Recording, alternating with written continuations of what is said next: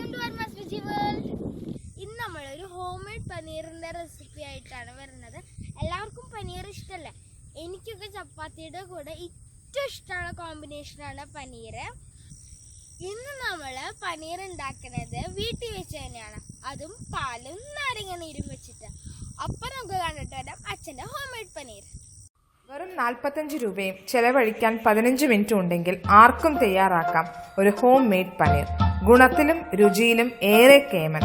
ഒരു തവണയെങ്കിലും നിങ്ങൾ ഹോം മെയ്ഡ് പനീർ വെച്ച് കറി ഉണ്ടാക്കി നോക്കൂ. അപ്പോഴറിയാം ഫ്രോസൺ പനീറും ഹോം മെയ്ഡ് പനീറും തമ്മിലുള്ള സ്വാദ് വ്യത്യാസം.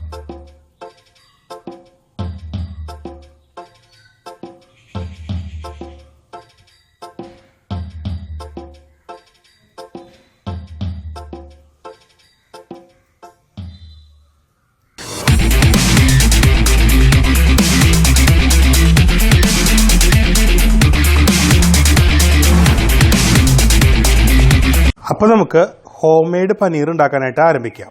അപ്പോൾ ഞാൻ നേരത്തെ പറഞ്ഞ പോലെ തന്നെ ഹോം മെയ്ഡ് പനീർ ഉണ്ടാക്കാനായിട്ട് നമുക്ക് രണ്ട് ഇൻഗ്രീഡിയൻസിൻ്റെ ആവശ്യമുള്ളൂ. ഒന്ന് കുറച്ച് പാലാണ്, മറ്റൊന്ന് കുറച്ച് ചെറുനാരങ്ങ നീരാണ്. അപ്പോൾ ഞാനിവിടെ ഏകദേശം ഒരു 2-3 പേർക്ക് കഴിക്കാൻ പാകത്തിനുള്ള പനീറാണ് ഉണ്ടാക്കുന്നത്. അതിന് വേണ്ടിയിട്ട് ഞാനിവിടെ 1 ലിറ്റർ ഫുൾ ഫാറ്റ് മിൽക്കാണ് എടുത്താക്കുന്നത് കേട്ടോ.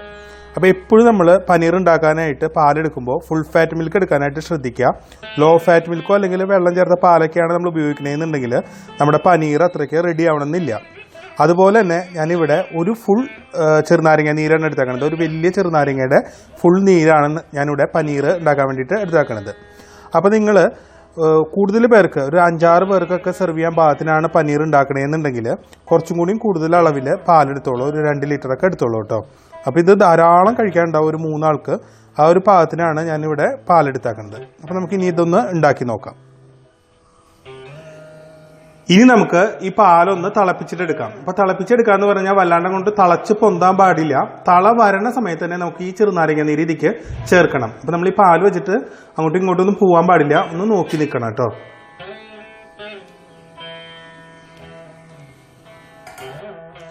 ഇപ്പം നമ്മുടെ പാല് ചെറുതായിട്ട് ഇങ്ങോട്ട് തിളയ്ക്കാൻ തുടങ്ങുന്നുണ്ട്. അപ്പോൾ നമുക്ക് ഇങ്ങനെ തിളയ്ക്കാനുള്ള ശ്രമമാണ്. അപ്പോൾ ആ സമയത്ത് തന്നെ ഞാൻ ഇതിലേക്ക് ചെറുനാരങ്ങ നീര് ചേർക്കാണ് കേട്ടോ. ചെറുനാരങ്ങ നീര് ചേർത്ത് കഴിഞ്ഞാൽ നമുക്കിതൊന്ന് നന്നായിട്ടൊന്ന് ഇളക്കി കൊടുക്കാം.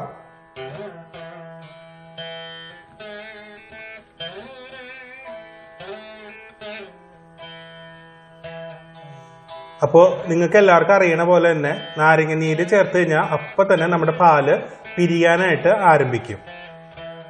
അപ്പോൾ ഈ പാല് പിരിച്ചെടുക്കുന്നതാണ് നമ്മൾ പനീർ എന്ന് പറയണത്. അപ്പം ഇനി ഇതിൽ കുറച്ച് പ്രോസസ്സും കൂടി ഉള്ളൂ കേട്ടോ.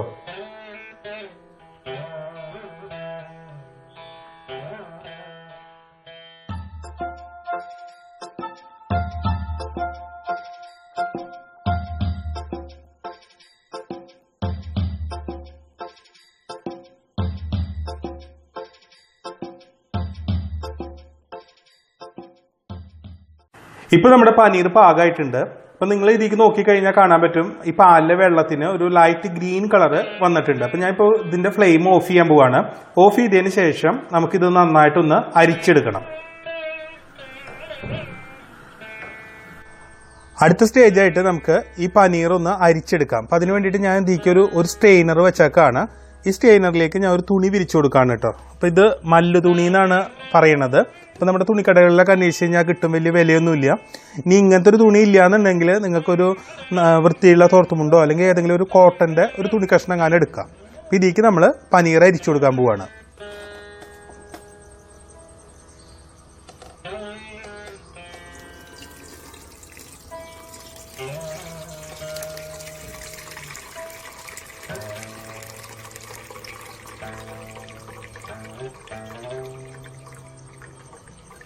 ഇനി ഞാൻ ഇതിലേക്ക് കുറച്ച് ചൂടുവെള്ളം ഒഴിച്ചു കൊടുക്കാണ് കേട്ടോ. അപ്പോൾ ചൂടുവെള്ളം എന്തിനാണ് ഒഴിക്കണമെന്ന് വെച്ചാൽ ഇതൊന്ന് വാഷ് ചെയ്തിട്ട് എടുക്കാൻ വേണ്ടിയിട്ടാണ്.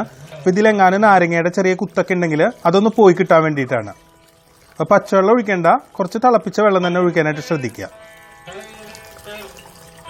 അപ്പോൾ ഒന്ന് കഴുകിയെടുക്കുക പനീർ, അത്ര തന്നെ ഉദ്ദേശിക്കുന്നത്.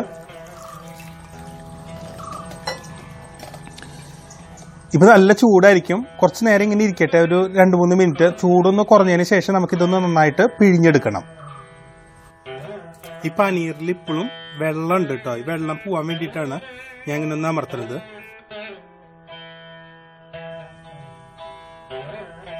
അപ്പൊ ഞാനിപ്പോ നമ്മുടെ സ്റ്റെയിനർ ഒന്ന് തല തിരിച്ചിട്ട് വെച്ചു. അതിന്റെ മുകളിലേക്ക് നമ്മുടെ പനീർ എടുത്ത് വെച്ചേക്കാണ് കേട്ടോ. അപ്പൊ ഇതൊക്കെ നിങ്ങളുടെ ഇഷ്ടം പോലെ നിങ്ങൾക്ക് എങ്ങനെയാ വെച്ചാൽ ചെയ്യാം.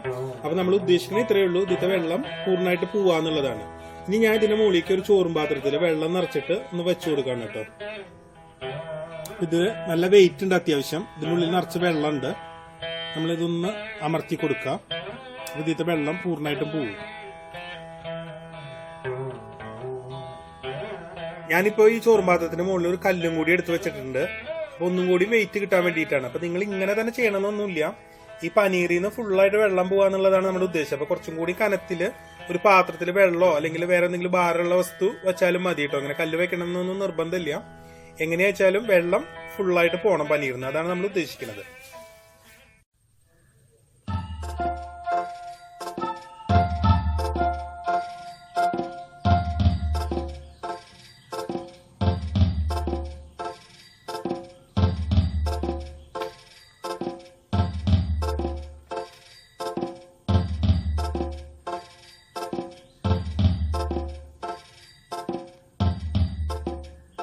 ഇനി നമുക്കിതൊന്ന് കട്ട് ചെയ്തിട്ട് കടയിൽ നിന്നൊക്കെ കിട്ടുന്ന പോലെ ക്യൂബ്സ് ആയിട്ട് വെക്കാം. അപ്പൊ ഞാൻ കത്തി ചെറുതായിട്ടൊന്ന് ചൂടാക്കിയിട്ടുണ്ട്.